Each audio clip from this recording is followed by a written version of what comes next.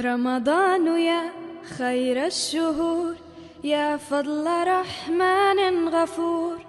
The month of Ramadan marks, historically speaking, marks the point when the revelation of the Holy Quran started to descend upon Prophet Muhammad. The Muslim holy month of Ramadan has officially started. It's Imam Farhan Rabbani's first holy month in Michigan, a state he moved to just about 6 months ago from Virginia. He now leads both the Masjid Mahmood and the Muslim Community Center here in Rochester Hills. It's a blessing. It's a blessing to be in different places and to meet different types of people. These grounds and these prayer halls, sacred spaces, during which hundreds of Muslims will congregate in prayer this month, some 4 hours a day. Men will pray in one room, with women here in a similar space across the hall.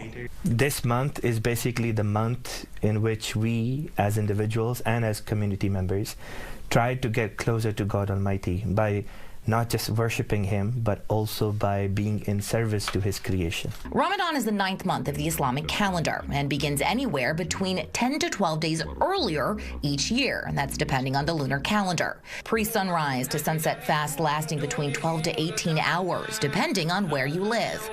But the act of fasting, well, it's much more than about just food. Husband and wife are required while they're fasting to stay away from their marital relations.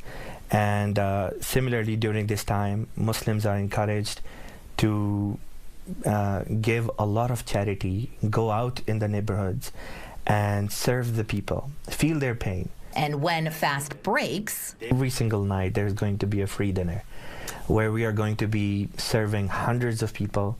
And it's walk-in. Anybody can walk in at that time.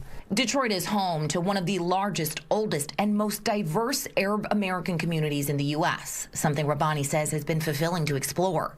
As for these doors and this space, they're welcoming, not just to the Muslim community here, but to anyone who's interested in understanding how this community deepens their connection to God. On one hand, it gets us closer to God. On the other hand, it should get us closer to one another. Liz Lewin, Fox 2 News.